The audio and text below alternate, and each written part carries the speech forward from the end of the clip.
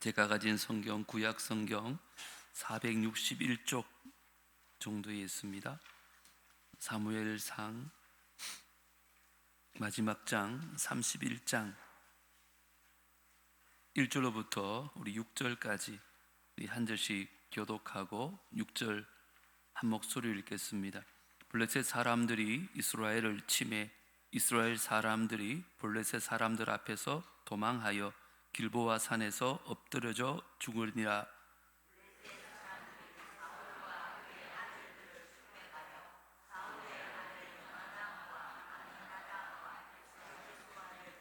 사울이 패전함에 활 쏘는 자가 따라잡으니 사울이 그 활 쏘는 자에게 중상을 입은지라.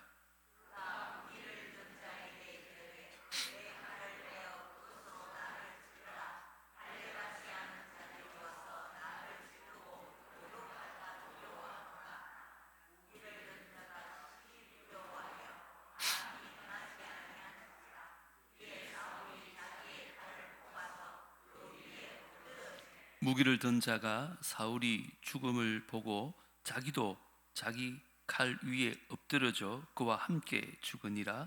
사울과 그의 세 아들과 무기를 든 자와 그의 모든 사람이 다 그날에 함께 죽었더라. 아멘. 오늘 읽은 사무엘상 마지막 장은 정말 피비린내가 나고 여기저기서 막 비명 소리가 나는 아주 비극적인 얘기입니다. 하나님께서 직접 기름 부으셨던 그 이스라엘의 초대왕 사울이 이제 마지막 최후를 맞이하는 그런 장면입니다. 근데 정말 무서운 것은 블레셋의 화살이 아니라는 것입니다. 진짜 비극은 사울의 심장을 꿰뚫었던 화살 이전에 사실은 그의 영혼이 이미 하나님께로부터 끊어져 있었다는 사실입니다. 오늘은 이 밤에 이 질문을 하면서 말씀을 좀 드렸으면 좋겠습니다. 오늘 말씀의 제목인데 내 영혼은 안녕하십니까? 사울의 죽음은 사실은 영적인 문제에 있었습니다. 오늘 말씀 들으면서 계속해서 여러분 스스로에게 내 영혼은 과연 안전할까? 이런 질문을 던지면서 말씀을 좀 들으면 좋겠습니다. 먼저 이스라엘의 초대왕 사울의 비극적인 최후를 한번 드라마식으로 살펴보려고 합니다. 1절을 보시면 블레셋 사람들이 이스라엘을 침해해 이스라엘 사람들이 블레셋 사람들 앞에서 도망하여 길보아 산에서 엎드러져 죽으니라. 이 역사를 대하 드라마로 재현한다면 자 먼저 블레셋 군대가 막 북을 치면서 막 올라온 그런 장면이겠죠.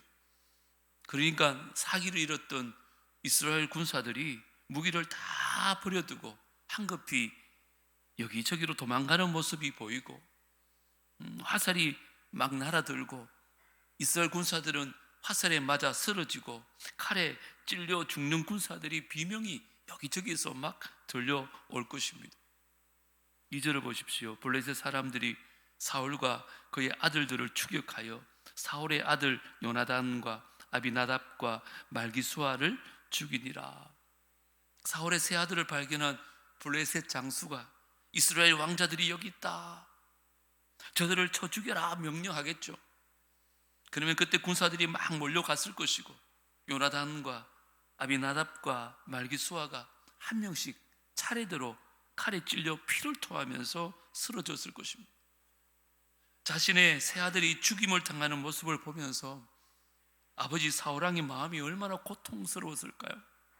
다 자기 때문이었거든요. 아마 그 아들들의 이름을 부르면서 막 오열하지 않았겠습니까? 그러나 그 슬픔의 눈물을 훔칠 겨를도 없이 사울은 쫓아오는 블레셋 군대를 피해서 달아나야 했습니다. 3절부터 보십시오. 사울이 패전함에 활 쏘는 자가 따라잡으니 사울이 그 활 쏘는 자에게 중상을 입은지라. 그가 무기를 든 자에게 이르되 내 칼을 빼어 그것으로 나를 찌르라. 할례 받지 않은 자들이 와서 나를 찌르고 모욕할까 두려워하노라 하나 무기를 든 자가 심히 두려워하여 감히 행하지 아니하는지라. 이에 사울이 자기 칼을 뽑아서 그 위에 엎드러지매 무기를 든 자가 사울이 죽음을 보고 자기도 자기 칼 위에 엎드려져 그와 함께 죽으니라. 이게 한글 성경에는 할 쏘는 자 단수로 나와 있지만 영어 성경이나 원어 성경을 보면 복수입니다. 활 쏘는 자들이라고 말합니다. 사울을 막 도망가니까 이 활 쏘는 궁수들이 막 하늘을 뒤덮는 화살들을 막 날려보내는 거죠. 그러자 도망치던 그 사울의 등에 화살이 팍팍 꽂히겠죠. 그리고는 사울이 땅에 쓰러집니다. 이 모습을 본 블레셋 군사들이 함성을 지르면서 쫓아오니까 사울이 옆에 있던 무기 담당 병사에게 명령합니다. 여봐라, 저 이방인들의 더러운 손에 나를 죽이기 전에 네가 칼을 들어서 먼저 나를 좀 치라고. 그러나 그가 하나님의 기름 부음 받은 왕 죽이기를 두려워하자 그 다급해진 사울이 자기 칼을 세우고는 그 위에 몸을 던져 스스로 목숨을 끊습니다. 그리고 6절 보십시오. 사울과 그의 세 아들과 무기를 든 자와 그의 모든 사람이 다 그날에 함께 죽었더라. 이게 오늘 본문의 내용입니다. 자, 그러면 하나님께서 이 비참한 사울의 죽음을 이렇게 적나라하게 성경에 기록한 이유가 뭘까요? 우리가 이 비극적인 최후를 보면서 어떻게 반응하기를 하나님 원하실까요? 고린도전서 10장에 보면 이런 말씀이 있습니다. 같이 한번 읽어보겠습니다. 시작. 그들에게 일어난 이런 일은 본보기가 되고 또한 말세를 만난 우리를 깨우치기 위하여 기록되었느니라. 그런즉 선줄로 생각하는 자는 넘어질까 조심하라. 뭐라고요? 본보기를 삼으라는 것입니다. 그들의 전철을 밟지 말라는 것입니다. 오늘 사울의 비극적인 최후도 사울의 얘기로 끝이 나면 성경은 아무런 의미가 없습니다. 이 이야기가 나의 얘기가 되지 않도록 죄에서 돌이키고 올바른 길로 향할 수 있는 저와 여러분 다 되어지기를 주 여러분으로 축복합니다. 자칫 못하면 우리도 사울처럼 비극적인 최후를 맞이할 수 있습니다. 그런데 오늘 제가 좀 살펴보고 싶은 것은 사울의 이 비극적인 최후는 사실은 영적인 원인이 있었다는 것입니다. 사울은 여러 면에서 참 훌륭한 왕이 될 만한 자질을 갖춘 사람이었습니다. 이미 살펴봤던 사무엘상 9장 2절에 보면 기스에게 아들이 있으니 그의 이름은 사울이요 준수한 소년이라. 이스라엘 자손 중에 그보다 더 준수한 자가 없고 키가 모든 백성보다 어깨에 이만큼 더 컸다, 그렇게 말합니다. 사람들은 어쩌면 사울의 큰 키를 보면서 와, 저 정도면 적국으로부터 우리를 지켜줄 수 있겠다, 그렇게 생각했습니다. 얼마나 준수한지요. 성품도 교만하고 포악한 다른 왕과는 질이 달랐어요. 사무엘상 10장에 보면 이런 얘기도 있거든요. 어떤 불량배는 이르되 이 사람이 어떻게 우리를 구원하겠느냐 하고 멸시하며 예물을 바치지 아니하였으나 그는 어떻게 그래요? 잠잠하였더라. 사울이 그 미약한 베냐민 출신인 것을 보고 혹자는 그를 말 멸시하면서 왕에게 드릴 예물을 바치지 않는 거예요. 이때 사울은 그런 비난 소리를 듣고도 가만히 있었어요. 자신의 연약함을 인정한 것입니다. 그래서 더더욱 하나님을 의지하는 사람이 된 거죠. 그는 그런 사람이었어요. 그런데 그가 하나님의 도우심으로 전쟁마다 승리하고 이 권력의 힘을 맛보게 되자 그가 변하기 시작합니다. 소위 변질되기 시작하는 거예요.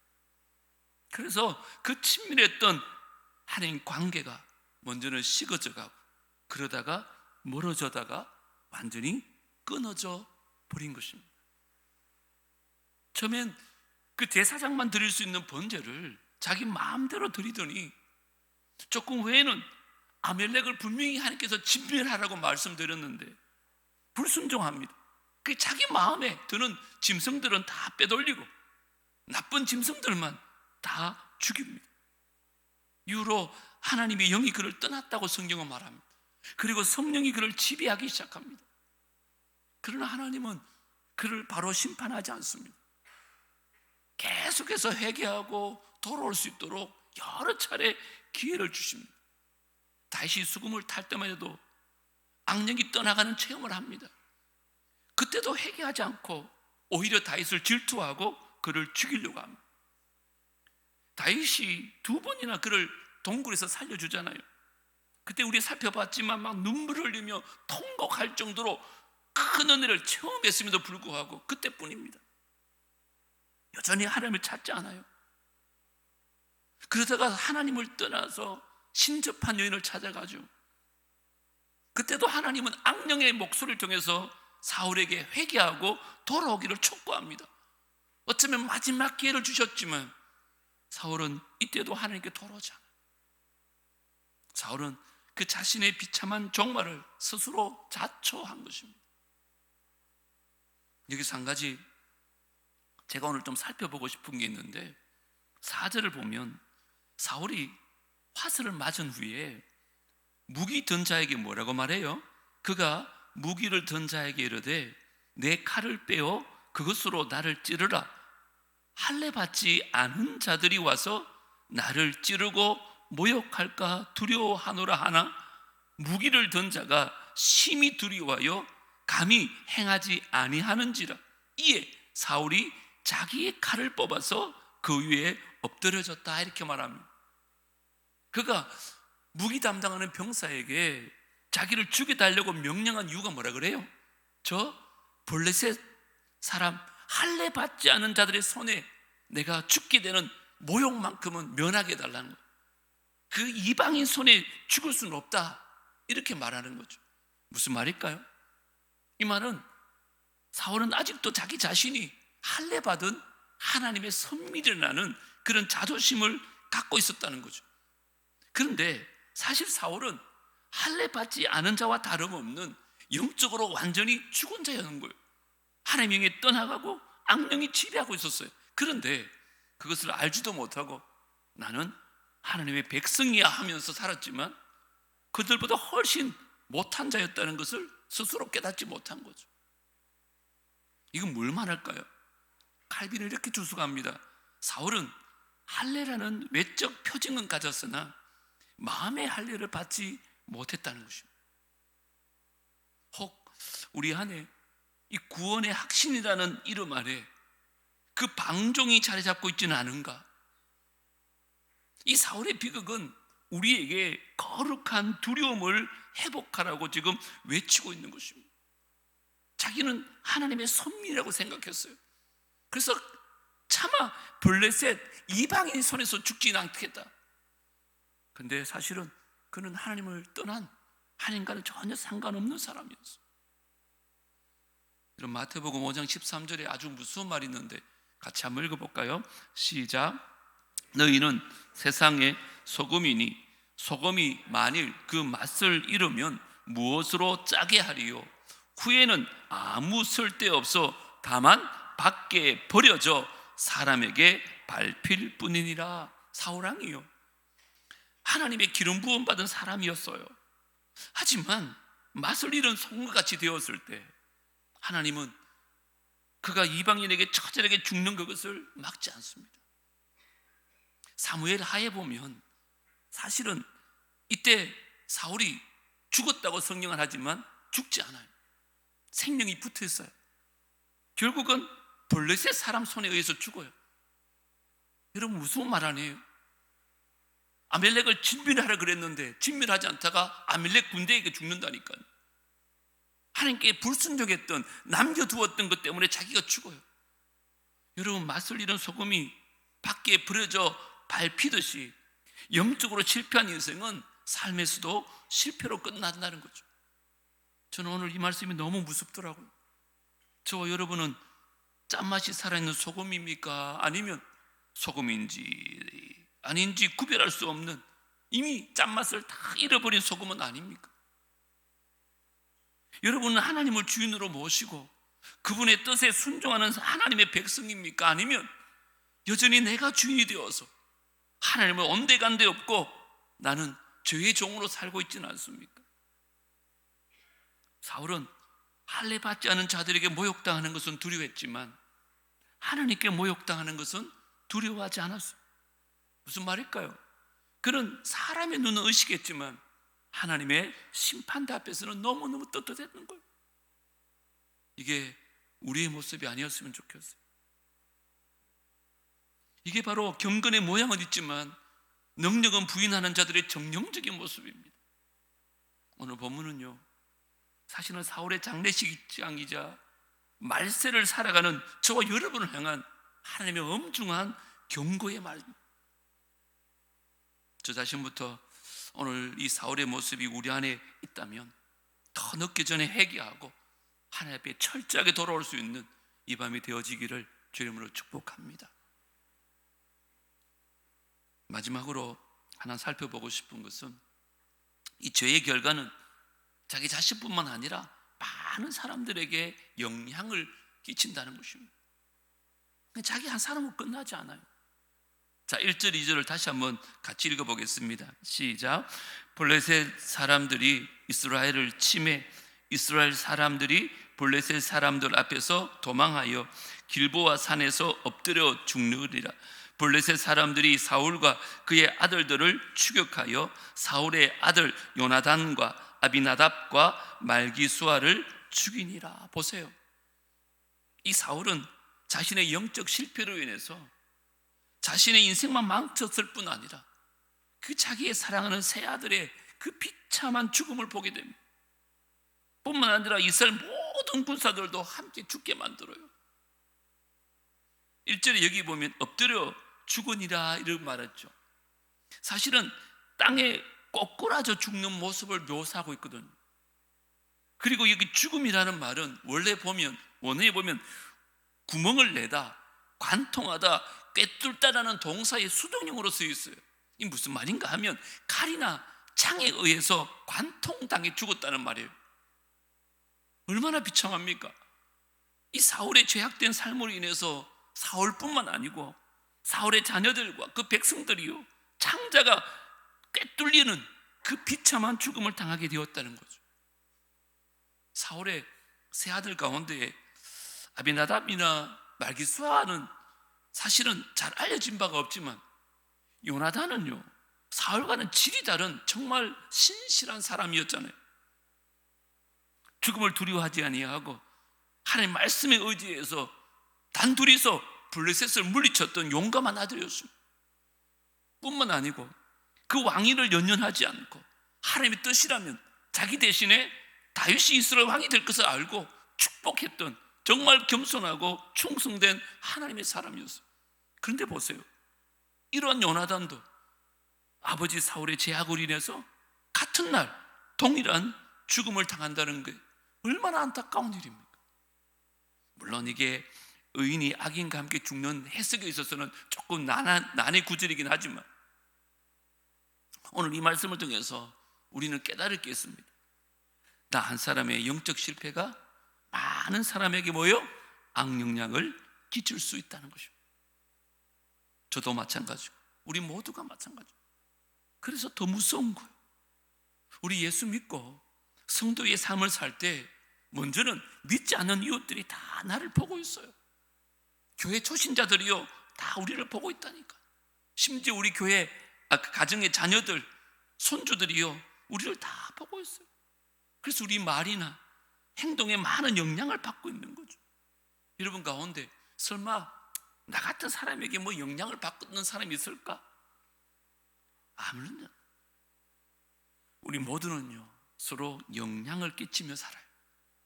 이런 비유가 어떨지 모르겠는데 고속도로를 달리다 보면 갑자기 차가 정체 현상이 일어날 때가 있잖아요.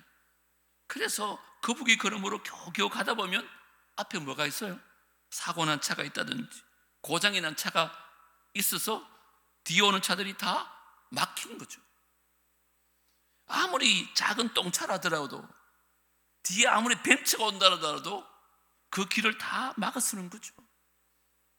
이처럼 우리가 아이고 나는 뭐 별로 영향력이 없는 사람이야 생각할 수 있지만 악영향은요 어느 누구나 다 끼칠 수 있는 거죠. 나의 생각 없는 말 한마디, 내 잘못된 행동 하나가 주위에 있는 사람들로 하여금 실족하게 하고 교회를 떠나게 하기도 하고 심지어 하나님까지 떠나게 할 수 있는 거예요. 특히 이 목사 같은 사람, 우리 교회 리더십들이 정말 이 말씀 앞에 우리 자신을 돌아봐야 돼요. 우리 가운데 저는 그런 악한 영향력을 끼치는 삶을 살기 원합니다. 그런 사람은 아무도 없을 것입니다. 그런데 내가 하나님 뜻을 무시하고 내 뜻대로 말하고 내 마음대로 화를 내고 부정적인 언행을 하면 부지 중에 소자들에게 실족케 하는 무서운 죄악을 범할 수 있다는 것입니다. 그러면 이런 비참한 죽음을 방지하기 위해서 어떻게 하면 될까요? 저는 딱 한 가지라 생각합니다. 참된 회개밖에 없습니다. 사울의 비참한 죽음의 방지책은 참된 회개뿐입니다. 사실 하나님은 사울에게 끊임없이 기회를 주셨어요. 그리고 저와 여러분도 마찬가지입니다. 수도 없이 죄를 짓고 수많은 경고를 받은 사울이었지만 그가 이스라엘의 자그마치 40년간이나 통치했어요. 이게 무슨 의미일까요? 이 말은 하나님께서 사울을 40년 동안이나 인내하면서 그가 회개하고 돌아오기를 기다렸다는 말이에요. 이처럼 하나님의 인자와 자비는 한없이 크고 넓은 줄 믿습니다. 그런데 꼭 기억할 게 있습니다. 하나님의 자비는 영원히 유효하지는 않습니다. 자비의 창문이 닫혀 버리는 날이 반드시 옵니다. 로마서에 나와요. 2장 4절 5절 보십시오. 혹 네가 하나님의 인자하심이 너를 인도하여 회개하게 하심을 뭐요? 알지 못하여. 분명히 하나님께서 회개의 길을 주셨는데도 불구하고 그걸 무시하고 알지 못해서 그의 인자하심과 용납하심과 길이 참으심이 풍성함을 뭐 했다고요? 멸시하느냐. 다만 네 고집과 회개하지 아니한 마음을 따라 진노의 날 곧 하나님의 의로우신 심판이 나타나는 그날에 임할 진노를 네가 뭐요? 쌓는도다. 하나님의 그 인자심으로 길이 참으시는 이유가 뭐냐? 오직 하나예요. 저와 여러분이 하나님 앞에 돌아오기를, 회개하고 돌아오기를 기다리고 계셨던 거예요. 그런데 우리가 그의 용서하심과 그 인자심을 멸시하면서 뭐 내가 죄를 짓고 살아도 아무런 형벌도 없네, 그냥 이렇게 살아도 되겠구나 생각하며 산다면 우리는 무서운 하나님의 진노를 계속 삭고 있다는 거예요. 하나님은 너를 멸시하는 마음으로 내 마음대로 제 가운데 살 때 우리는 사울처럼 비참한 결말을 맞이할 뿐만 아니라 내 주위에 있는 사랑하는 가족들과 그 이웃들도 나 때문에 죄악의 삶을 살게 되는 거죠. 하나님께서 오늘 저와 여러분에게 이 메시지 주는 이유가 뭘까요? 우리를 향한 하나님의 사랑 때문인 줄 저는 믿습니다. 지금이라도 이 말씀이 나를 향한 하나님의 음성으로 듣고 저 자신부터 우리가 하나님께 돌아오기를 하나님이 원하시기 때문에. 우리 마지막으로 요한계시록 3장 19절 읽고 말씀을 좀 마무리하려고 합니다. 다 같이요, 시작. 무릇 내가 사랑하는 자를 책망하여 징계하노니 그러므로 네가 열심을 내라 회개하라. 하나님은 어떤 자를 책망한다고요? 사랑하는 자를 책망합니다. 하나님이 사랑하지 않으면 유기라 그래서 내버려둬요. 아무리 죄를 지어도 아무 문제가 없습니까? 들키지 않았습니까? 어려움이 없습니까? 하나님이 사랑하는 게 아니에요. 사랑하지 않기 때문에 들키지 않은 거예요. 혹시 오늘 이 자리에 이제라도 정말 회개하고 주님께로 돌아와야 될 분이 안 계십니까? 하나님은 여러분을 지금도 변함없이 사랑하심을 믿으시기 바랍니다. 그래서 오늘 또 한 번 저를 통해서 회개의 기회를 주시는 거예요. 그러나 오늘 이 순간이 우리의 삶의 마지막 기회일 수도 있습니다. 먼저는 바로 이재범 목사고 또 여러분 가운데 누군가일 수도 있습니다. 오늘 사울왕의 비극적인 최후에 대한 이 메시지를 저와 여러분을 향한 하나님께서의 사랑의 채찍으로 받으시고 철저하게 회개하고 정말 하나님께로 돌아올 수 있는 우리 모두가 되어지기를 주님으로 축복합니다. 오늘 세 가지 이스라엘의 초대왕 사울의 비극적인 최후를 살펴봤습니다. 그 사울의 비극적인 최후는 다른 데 원인이 있었던 게 아닙니다. 영적인 하나님과의 관계가 끊어진 것이에요. 죄의 결과는 자기뿐만 아니라 많은 사람들에게 영향을 끼친다는 사실을 꼭 기억하고 우리 모두 오늘 이 밤에 하나님 앞에 철저하게 돌아오는 귀한 밤 될 수 있게 되기를 다시 한번 주의 이름으로 축복합니다. 하나님 아버지, 오늘 사울의 비극적인 최후를 돌아봅니다. 겉으로는 할례받은 자라고 자부하면서도 속으로는 하나님보다 내 자존심과 욕망을 앞세웠던 우리의 죄도 회개합니다. 하나님이 주신 수많은 회개의 기회를 다음 해라며 미뤄왔던 영적 게으름을 주님 용서하여 주시옵소서.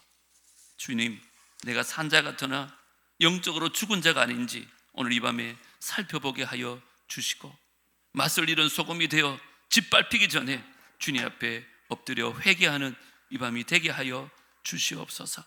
뿐만 아니라 우리의 잘못으로 우리의 가정과 우리 주변의 많은 사람들에게 악 영향 끼치지 아니하도록 하나님, 우리의 삶과 우리의 말 한마디, 우리 행동 하나가 이웃을 실족하는 자가 아니라 주님 앞에 영광 올려드리는 주님께로 인도하는 통로가 되게 하여 주시옵소서.